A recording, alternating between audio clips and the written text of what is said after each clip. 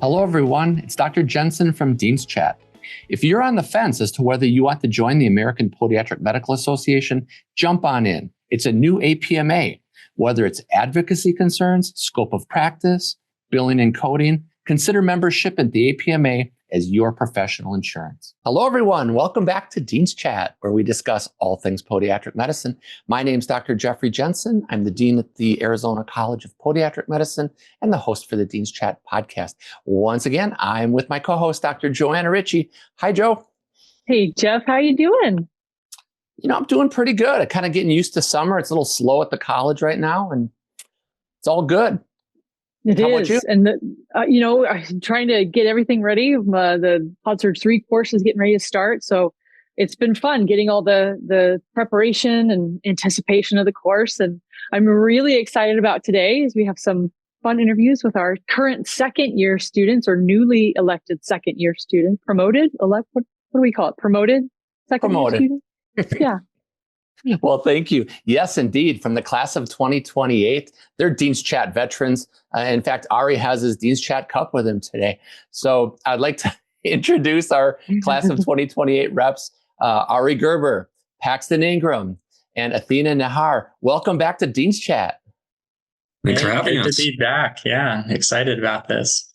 No, we're super excited. Joe, feel free to take first question. Yeah. And, I also have to say, we appreciate so much our students being flexible and adaptable and just all around excellent. It's always a little bit of an interesting experience working with surgeons, and sometimes things get changed up last minute. And we truly appreciate you guys being able to be flexible and say, we're available. Let's jump in and do this. So first, I'd love to kind of pick up a little bit where we left off after our last interview. There were some big experiences that were happening in June for Athena. So I'd love to start with the first question. We'll start with you, Athena, but life experience, big things that happened between now and when we last interviewed. And it was, I think you guys were about 8 weeks in. So you were brand new in the college. So we'll start with Athena. What was your June like? I had a little bit of a busy June. I did get married this June. It was in the middle of the summer quarter, so it was a little bit busy, but it went really well. We had a lot of fun. I took a bunch of classmates with me. It was a road trip down to El Paso. It's about 6 hours away, but we had a really good time. We drove down on a Friday, and then we had an exam Monday morning. So it was busy, but you know what? We did well. We made it happen, and I'm married. So congratulations. It's such an awesome experience to go through lots of different life experiences while simultaneously being a student and a resident and then a physician. So all of these moments and phases as you travel through your career, I think it's outstanding. And I had remembered you had said it was going to be this summer. And I actually specifically went back to find out when, and it was June. And I'm like, oh, she just got married. So thank you for updating everybody on that status. How about you, Ari? How's your summer going? Summer is going hot as ever. Since our last podcast, I'd say the main update is that me and my wife got our first dog.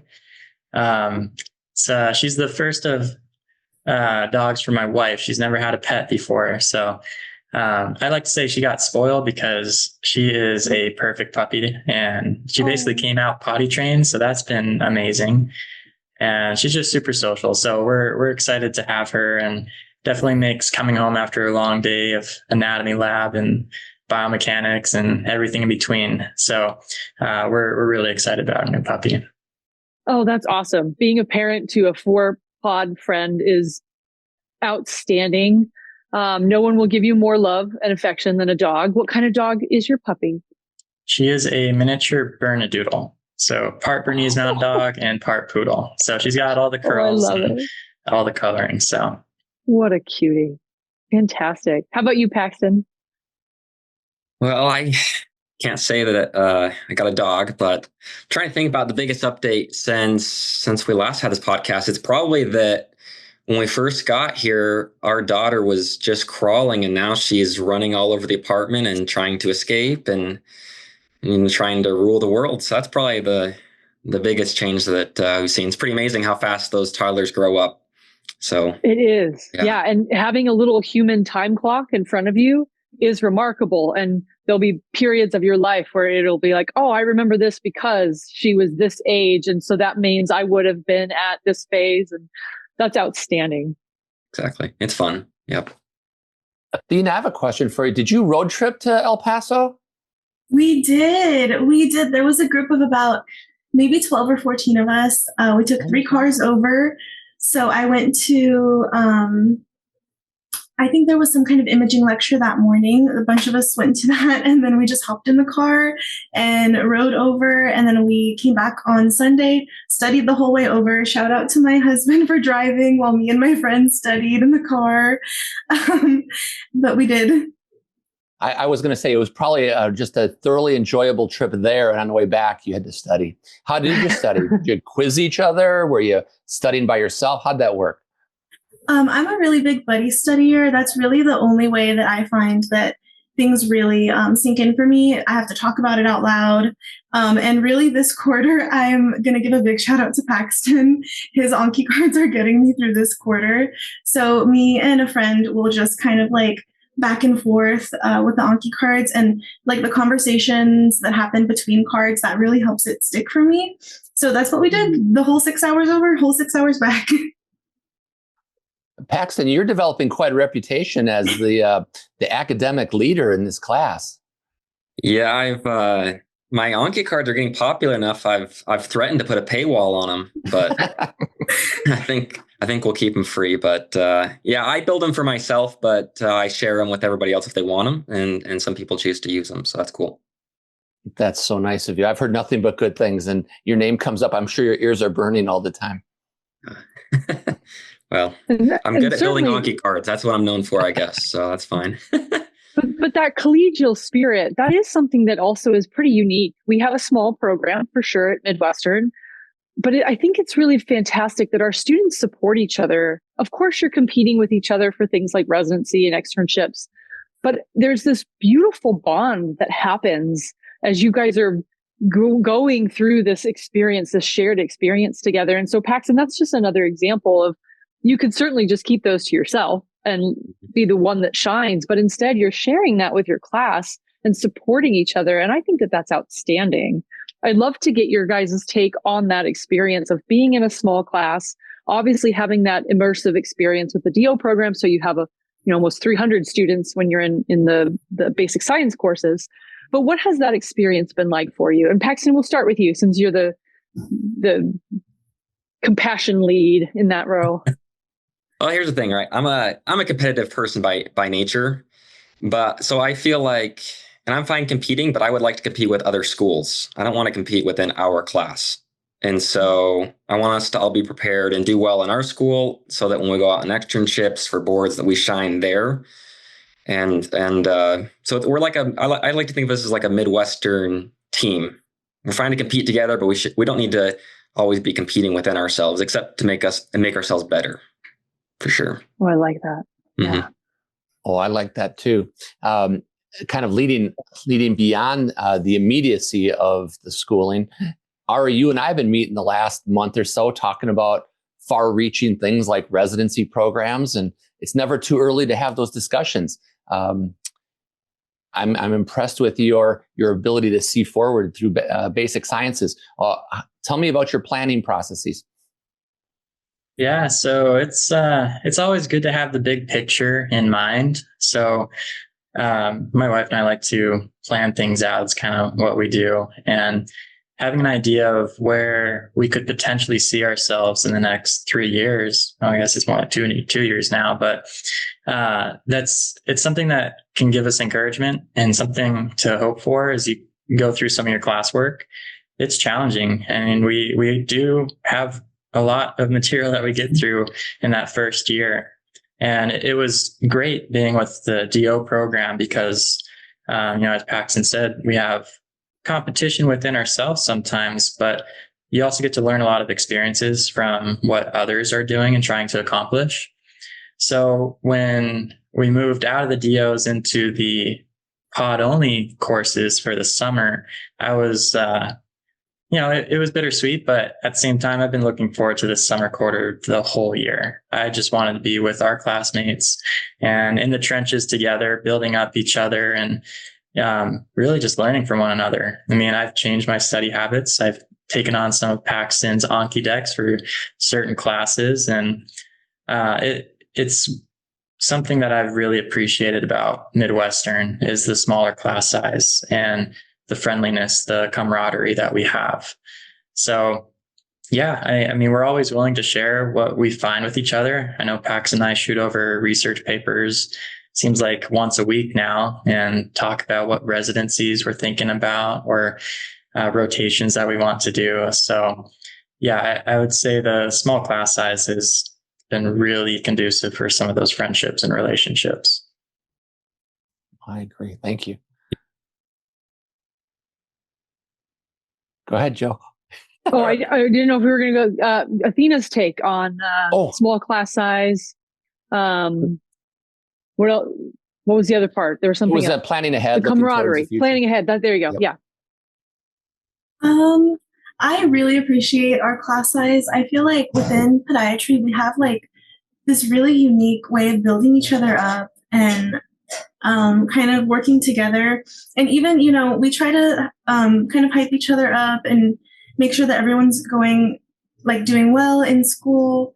But also, when someone doesn't do well, we're there for each other. We're always very understanding of each other. I don't feel that in podiatry we have that side of the competition where, we're not supportive and when we're like not there for each other when someone's struggling. I feel that in podiatry, we're there to hold each other up when someone's struggling, and we're there to share resources and share what works for us and help each other out, because I know all of us have changed our study habits, and, every class is different and how you approach every class is different. And I really appreciate the small class size and everyone willing to kind of put themselves out there, because we're all figuring this out together. The transition to the summer without having the DOs, it was kind of eerie that first day on campus, walking into the cafeteria, and it was like, oh my goodness, it's empty. But it's been really nice this summer, kind of focusing on all the podiatry classes. I've been really enjoying the content. Planning for the future, I feel like I'm a little bit more behind than Ari and Paxton, but I'm really just, taking it one semester at a time, one quarter at a time. And I'm excited to hear about all the things that we have to come. We started clinical rotation, so that's been very exciting. Talking to some of the doctors and their experiences has been really exciting for me. So I'm excited for the future, and I'm excited to plan soon. Yeah, I love that. There's a couple big things that have transitioned for you guys. You've started in your second year. You've started a whole new level of coursework that's really podiatry specific for the summer, and you've gotten the opportunity to start in some of those clinical rotations. Mm-hmm. I'd love to get your take on what are some of the biggest things you've all talked about. You've kind of learned things about yourself. You've pivoted and changed study styles. So what would you say is one of the biggest things that you've kind of learned about yourself over the last 9 months since we saw you last? We'll start with Ari this time. Oh, yes, I have learned a lot. I would say that going into it, I thought I had the only study method for me, and it worked for a while. And then I noticed that some classes were structured a little bit differently, and that required a little bit more rote memorization than I was used to. So I had to kind of shave some of the time I would spend studying for a particular class. And I really took on some of the study methods that Paxton had really been going with the whole time. And that helps me get through some classes. And that was, I was very grateful for that he shared those resources. So yeah, I would say that learning to adapt, I always knew that we would have to. I didn't know when that would be for me, but I'd say around that second or third quarter was when I was really starting to shift gears in the way that I approach some classes. And, whether that be the quality of the work or just the quantity, sometimes there's not enough time to study as much as we'd like to. And so it's just a matter of getting as much as we can and then kind of come back to the details later after the exam. So yeah, I'd say that was the biggest lesson. And I know earlier on we talked about the quizzes that Paxton and I would make for the class, just to kind of get some extra practice questions. And it was a good study tool. But we noticed that because everyone had like 3 exams a week, we didn't really need the quizzes anymore. Everyone's pretty well versed on how to take a medical school exam. So kind of dropped off there. But yeah, it's about adaptation, and you learn that really well in this program. Excellent. Thank you. Athena, what is your take on that? I noticed at the beginning in fall quarter, I was really just trying to keep my head above water. The amount of information is overwhelming at first, but once you kind of learn what works for you, you'll start kind of, building on that and changing habits based on the classes. So I did notice that my strongest quarter was actually spring quarter. I think every quarter I got a little bit better. I found that buddy studying works really well for me. If I don't talk about it out loud, it's not going to stick. And we've had to, adjust that a little bit with every class, how we're going to approach it, whether it's rote memorization, whether it's like big picture concepts like you'll see in physiology, or the nitty gritty of anatomy, especially head and neck. That was very teeny tiny details. But I did notice that I had to kind of pivot away from like the reading and taking notes and more of just like having conversations about the material. That's what I found works best for me. And, transitioning into the summer, I had to adjust again because the material is a little bit different when it's pod specific. So, having those conversations, we got really lucky to have Paxton to kind of guide our buddy studying. But I did notice that I'm having to kind of adjust myself for each class. I'm excited for what's to come. I'm excited for pharm and pathology to see how I adjust my study habits once again. But I think just as time goes on, I just got better and better. The material gets harder, but you get better. Yeah. I could definitely appreciate that. And I feel like that's a great analogy for residency as well. Things that start out hard become easy as you get better at doing it. But then there are new challenges that are new and hard. And that's probably a fair analogy to life in general. But certainly I remember that very well as a resident. Everything starts to feel like, wow, this is, challenging and a little bit overwhelming. And then you start to get it down. You're like, oh, I got this. And then all these new responsibilities will come on as you continue through your different years. So thank you for sharing that. Paxton, what about you? What's your take on biggest thing that you learned about yourself? I think it's probably 2 things. The first, as far as just studying, going along with them. My study methods have relatively stayed the same. They just become more efficient.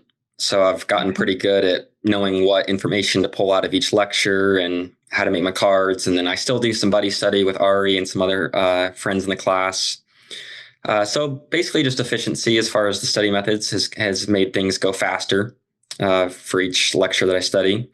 As far as me personally, for growth and expectations, one thing that I was a little scared of when I started podiatry school was that I was worried that I may not like foot and ankle as much as I did, or I would have supposed. So like I really loved it in the clinic, and that's what got me into it. But I was kind of worried that once I started studying it and I was exposed to other parts of medicine, maybe I'd be more interested in something else. But something the more and more I get into podiatry and foot and ankle, I've actually liked it more and more. I want to read more about it, learn more about it. So it's actually gone the opposite way, where I've gotten want to deep dive into the topic. So that's something that I've learned and really appreciate, and for the opportunity I have to be here. Yeah, I can definitely mirror that. Never did I appreciate being a podiatrist more than the more and more I get into it, the more and more I'm like, man, I'm so glad that was what I chose for me. So I can definitely emulate or mirror that experience as well. Exactly. So I have a question for all of you. In this new summer quarter, your new second years, you've got biomechanics and you've got lower extremity dissection lab and the didactics. Can you talk about biomechanics for a minute and the learning and the thought processes behind learning biomechanics and the anatomy and normal and abnormal function?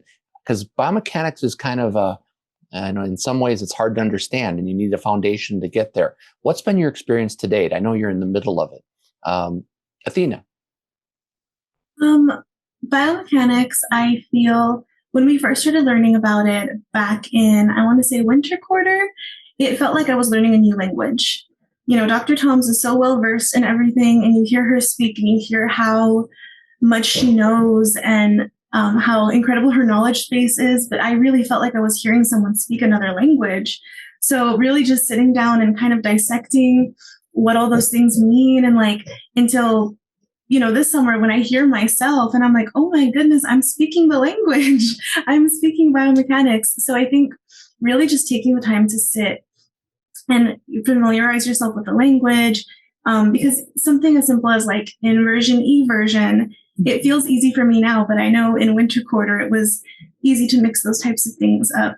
But I think this quarter specifically has been really exciting because we're seeing more of the clinical applications of biomechanics, and that has been really exciting. We did some casting. I turned my foot cast into a plant pot, so I'm excited to have that and remember that forever. I am really enjoying the practical aspects of it because I think it really helps to make those connections for me, because sometimes things can feel a little bit abstract, but once you're bringing in those clinical correlations, it's helping make things click. No, that makes sense. Those foundations in biomechanics, sometimes you don't appreciate till a little bit later on. So I appreciate your comments on that. Paxton, what are your thoughts on biomechanics and diving head first into anatomy? Like Athena said, it does feel like learning a new language. Some subjects I feel like are more like 2D. Biomechanics is definitely like a 3D subject where you have to be able to wrap your mind around it and visualize a lot. I think it's been cool. This quarter we started doing some more application stuff, like we were doing the casting and orthotics, things like that. It is cool to see the growth. When we started in the winter quarter, and then going to now, we're in winter. We were learning just the motions of the subtalar joint, and now that's just second nature. So it's cool to see our growth, and it'll be cool to finish out this quarter. And then I think biomechanics 3, we really get into application of it. I think that'll where the fruits will come to bear there. Absolutely. Well said. Ari. Yeah, I will reiterate that it is a complex subject, and one that I've grown to appreciate the more that I understand. I like to describe it as you take a block and you're just sculpting away at it. You get the rough edges off first, and you kind of have an idea of what you're working with. And then by the time you get to biomechanics 2, you're starting to refine some of those areas. And that comes with the application. You usually understand things better with the application. And I think where I've appreciated it the most is I worked in a podiatry clinic for 2 years, and kind of had an idea of where some pathologies of foot and ankle originate. But having understanding now in biomechanics 1 and 2, it blows your mind at how many things can go wrong in the foot and ankle, but the things that we can do to, make little fixes here and there. And I think the little details that we've learned have really made me appreciate foot and ankle all that much more, because it's triplane. So you move one thing one way and you move 2 other things 2 other ways. So it takes a lot to kind of get that in your head and be fluent. And I think it truly is a language, to be fluent in it.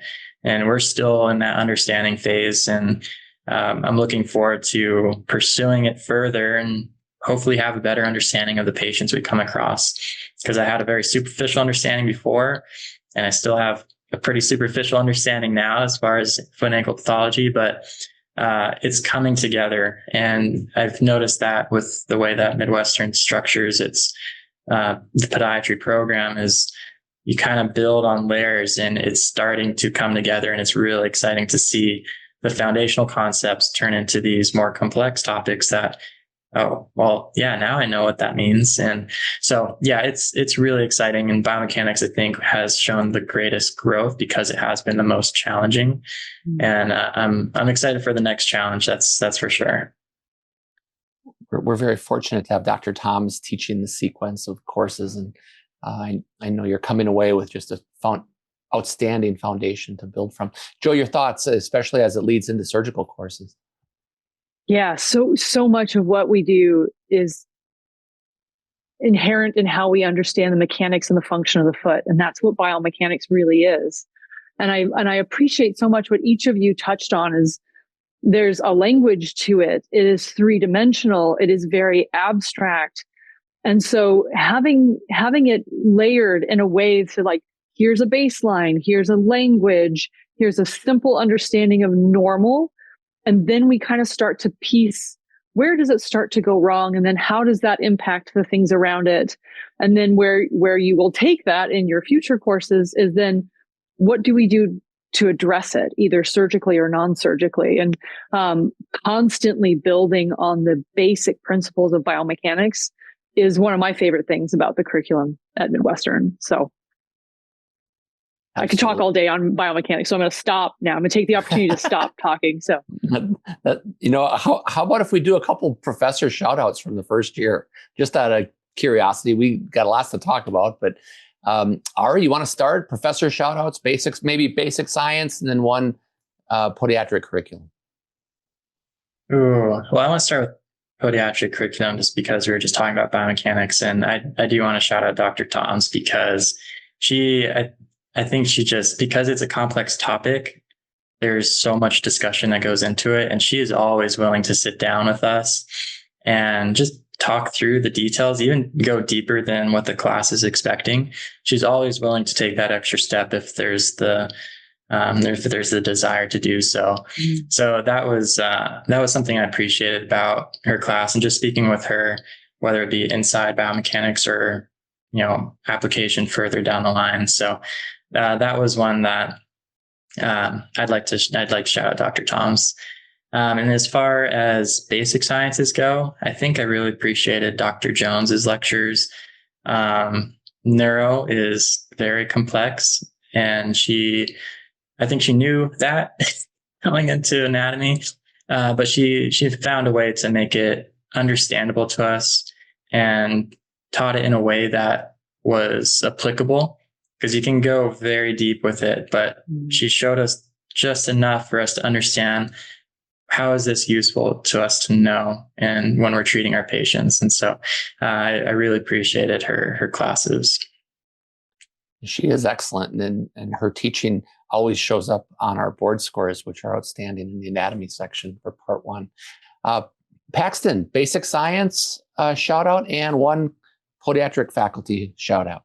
Basic sciences, we'll go with Dr. Hernandez. He taught our biochemistry, probably the nicest professor I have ever met in my entire life. I feel like I could send that guy an invitation to a wedding across the country. He would fly out for it. That's the kind of guy he is. Super nice. He'd be fun to have teach any class, but he got us through biochem. And then we'll go with Dr. Tierney. I like Dr. Tierney. He teaches our practical portion of our medical imaging. Yes. I think he does a good job. He knew our names pretty quick, and he's very interactive. And he has to get us through Friday afternoon lectures, which can be hard because most of us want to check out, but he does a good job and keeps us interactive with him. Well, that's fabulous. Thank you. Mm-hmm. Athena, your shout outs. For the podiatric classes, I think I want to shout out Dr. Kraleski. PodSurg was one of the most exciting, fun, hands-on classes, and I really appreciated her taking the time to kind of teach us these basic skills that I know are second nature for her, but we're barely building them. So I had a lot of fun in that class, learning to suture, the injections. We did the partial matrixectomy on the donor legs. That was really educational, and I think that was the first time that I felt like, oh my goodness, like I'm going to be a doctor. I'm going to be doing this one day. So shout out to Dr. Kraleski for that. And for basic sciences, I think I want to shout out Dr. Kaufman. He is a very straightforward professor. And looking back on the study materials, I appreciate how straightforward he always was. And he was always very blunt with what he wanted from us. There was no tricks. There was no trying to get us on exam questions. I feel that he was always fair about what he wanted us to know. And he was always telling us how he wanted us to learn it. And I feel that I learned to appreciate it more towards the spring quarter, because at the beginning, it's just like, oh my goodness, how do they expect me to know all these things? And towards the end, I'm like, oh, you're telling me what I need to know. So I really appreciate him for that, for being so straightforward with this material. That's fabulous. Thank you. Joe? Well, I think it might be a great time to do a shout out to our sponsors. Did you know APMA provides help with public health initiatives such as fall prevention, opioid abuse prevention, and addressing health disparities? Did you know the APMA provides over $400,000 in scholarships annually to students pursuing podiatric medicine, helping the next generation of foot and ankle specialists? If you're serious about this profession, if you want to grow, to lead, to make a lasting impact, join APMA today.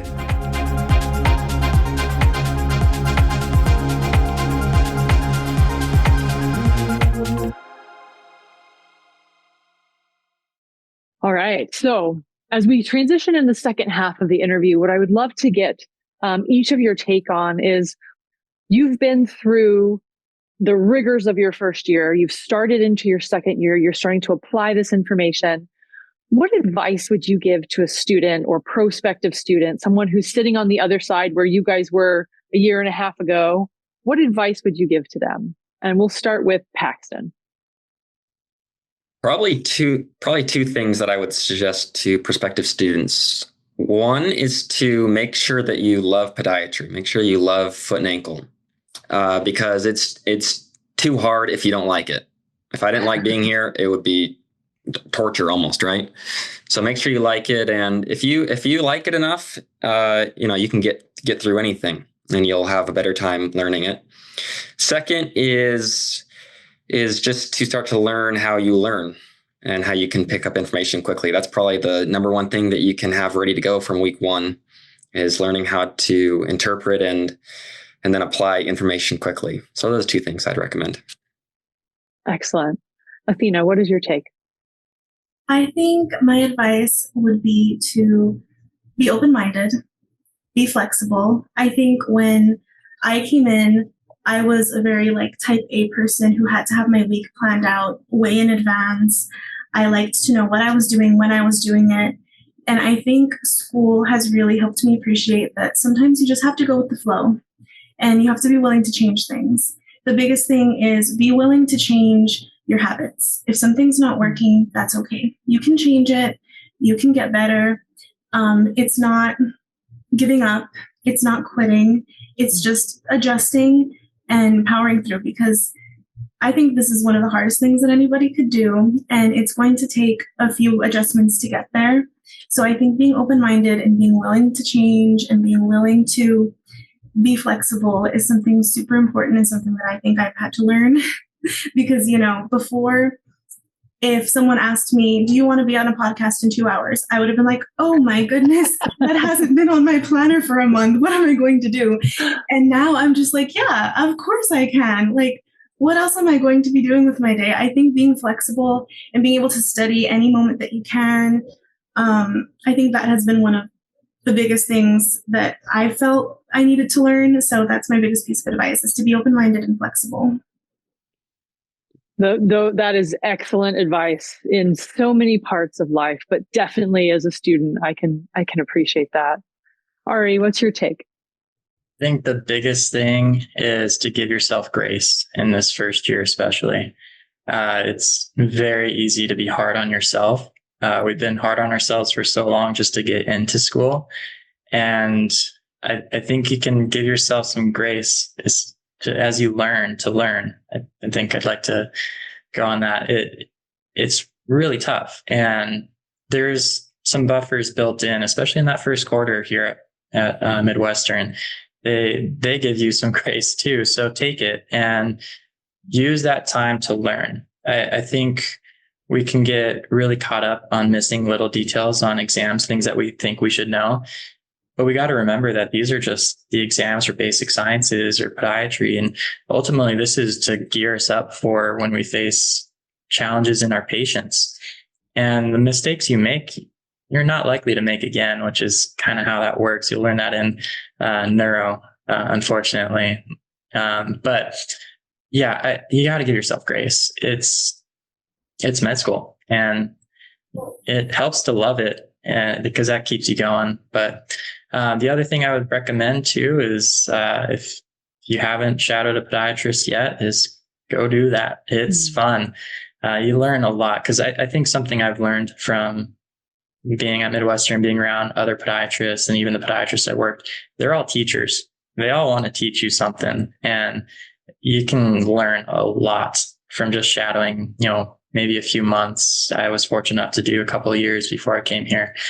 And then the last thing I'd recommend is don't forget about your family and friends. They are getting you through this. What's the point of going through all this hard work if you don't have them in the end? So always be sure to put them as the priority. School will come second, because it's just school. It's 4 years, but family and friends are for a lifetime. And faith beyond that too is really important. And they're the ones that are going to encourage you. It's hard to encourage yourself when you're stressed out about school. So always be sure to leave time, if not reserve time, for your family and friends. Yeah, I love that. There is, you said it perfectly. There is no point in all of this. And Paxton, you'd say it's too hard to go through this if the people that you care the most about don't come with you in the end. So I think that's also really great advice. Jeff, what are your thoughts?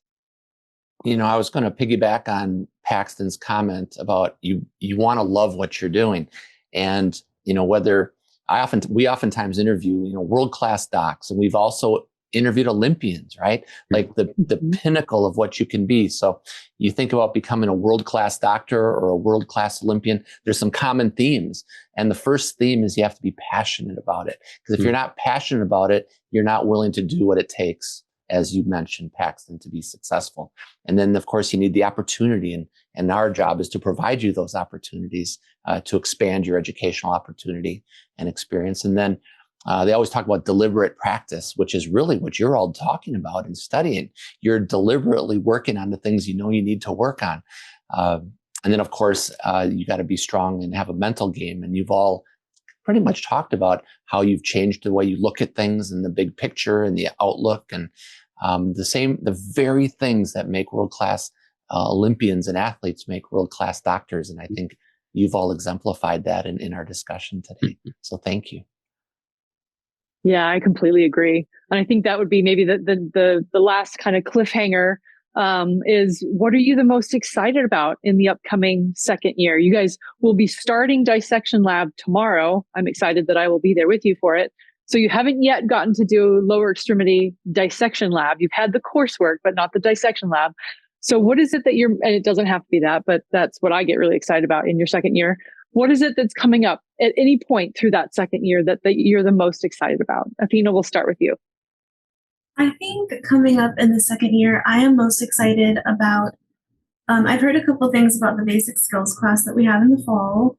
And I think I'm really excited to kind of build those like basic doctory skills that I'm really excited to feel like, oh my goodness, I'm doing this. I'm a healthcare professional. I'm going to be a doctor. So I'm really excited to build those basic skills and learning how to do exams that I'm going to carry on into residency, into the rest of my life. So I'm really excited for that. I'm also very excited for the surgery classes that are to come. I have a lot of clinical experience, but I don't have a lot of experience like in ORs. So I'm really excited to see that side of podiatry and what it has to hold. Excellent. Yeah, I think you guys have intro to OR happening right now, right? Or is that's next summer? Okay, don't worry about it. All right, Ari, what are you the most excited about for second year? Athena stole all the good ones, so I'm just going to have to copy one of them. I, too, am very much looking forward to the clinical skills that we develop. Some of those soft skills, we learn all the textbook. Now we need to learn how to convey it in a way that our patients understand. Granted, we don't do a whole lot of that just yet, but, I worked in a clinic for a couple of years, but I wasn't on the side of the doctor. I wasn't seeing the patient through the doctor's lens. I'm in the doctor's seat now when I see some of those patients, and that's so exciting. I get to take biomechanics, anatomy, biochemistry even sometimes, and put it into my interpretation of what's going on with our patients, and kind of painting a more full picture of what's going on. Before it was like, oh, pain in my heel, oh, plantar fasciitis. Well, now I understand. Well, there's the windlass mechanism. There's possibly Aquinas. I mean, these are all fun words that we could say now. So I'm really excited to do more of the application of what we're learning here. And I think Midwestern's given us so much already that I feel well equipped to kind of have some of those more in-depth conversations with our patients, but also with our mentors as well, our proctors in the clinic. I want to know which questions to ask now so that I'm more prepared for rotations and externships where it does really matter to know those things. And I feel like I know which kind of questions to ask and in words that are more effective and get the point across a little bit better. So I'm really excited about developing those skills and more of the patient interactions. I love that. And I'm excited to see you guys in clinic too. So, all right, Paxton, wrap it up for us. What are you the most excited about? I don't know if I'm excited, but I can say that I guess I'll be grateful for pharmacology, because I feel like that's something I'm super weak in. I'm terrible with medications, so that'll be really good to kind of boost that side of my education. Otherwise, the scientific conference for the American College of Foot and Ankle Surgeons is in Las Vegas, so it's close again. So we'll be up there in February. And so it's super nice to have that in Phoenix this year. I guess it's still this year. But next year it'll be in Vegas. So it'll be close again. So hopefully get a bunch of us out there and have a good time there. Look forward to all that. Yeah, and you're our new incoming president. So that's going to be exciting for the ACFAS Club. So lots of fun opportunities on the horizon for sure. Yeah, for sure. Really looking forward to it. Yeah. Yeah. And we'll be having a big friends and alumni party in Las Vegas. So if you're listening to this and you're an alum or a student at the Arizona College, we look forward to putting on a good show in Vegas. Yeah, last year's was outstanding. So I'm pretty excited about Vegas because it's another big place that people like to gather in. So I'm excited to catch up with some alum. Me too. Hey, Joe, we usually do rapid fire where we ask quick questions. I was thinking maybe we could kind of put it from a perspective of the new students that are coming in a month. So the questions we ask, for example, what's your favorite restaurant to go to after this series of exams around school? Just something like that. And that might be a good place to start. All right. Where do you like to go out for dinner after an exam, Athena? After an exam, I think my comfort food is In-N-Out. I like to just get some animal style fries, sit on the couch, watch some TV, turn my brain off. I love it. Ari? I love to go home. My wife's an excellent cook, so I have nothing to complain about. But if that doesn't work, I'm a fan of the habit, so I'll always grab a burger there. Very good. Paxton? My wife also cooks some pretty good food. Found a really good street tacos place right by us, though. But I'm also I love Raising Cane's close by. Big Cane's fan. Very good. Joe, all right. How do you celebrate? You guys had a class event, something big is happening. Where do you go to celebrate, Athena? Ooh, celebrating. I'm really partial to Cheesecake Factory. I love Cheesecake Factory so much. But if not there, I think we've done a couple gatherings like at an apartment pool. That's always a great time. Kind of sit by the water, stick your feet in there. We really like doing that. Yep. And that's pretty accessible, I would say 8 to 9 months out of the year. So that's an awesome way to celebrate. Ari, how about you? We haven't done it yet, at least not to my knowledge. So Top Golf is so much fun. So that would be great to go hang out at. Awesome. Paxton? If I have time, I'm out fishing. I've been fishing up and down the canals. Where's your favorite? In Phoenix. Yeah. Oh, yeah, that's right. And you tie your flies. I remember that. Tie my flies, and I've not to brag, but I've gotten to some grass carp close to 30 pounds now. So I'm looking for the 40 pounder. Oh. So yep. Wow, fantastic. Outstanding. Yep. It seems like whenever I go out for lunch, if I go over to Zips across the street to get a salad or something, I always run into students. And if I go to Chipotle over on 67th, I always run into students there. So there's lots around campus to enjoy for sure. Do you want to do one more? Because I got one more. Sure. Okay, how favorite do you... go ahead. Go ahead. Oh, sorry, Okay. Joe. That's all right. Favorite like outdoor thing, either a hiking, if there's a specific place, Paxton, that's not a canal that you've also fished. We'll start with Athena. Outdoors is a little bit tough in the summers here, but I think my go-to is like a pool, sit by the pool. Even if I'm not getting all the way in, it's really refreshing, especially at night. It stays really hot out at night here, so it's nice to get in a cool pool. Love it. Ari? Yes. Also, if we're not talking about the heat of the summer, grabbing a hike up in Sedona is so much fun. I feel like you can take a day a year and still not cover all of the hikes available. So Sedona is a great place to go. Yeah. Have you seen any of the hieroglyphics or gone to any of the like national parks that are up there? Not to the national parks. I did do a national parks tour through California during our break, but haven't made it through Arizona just yet. No worries. All right, Paxton. We did a ton of hiking this last winter. Some of my favorites, some hikes over the Superstitions, East Mesa area, and then also Governor's Peak above Lake Pleasant was one of my favorites. Really gorgeous area. Awesome.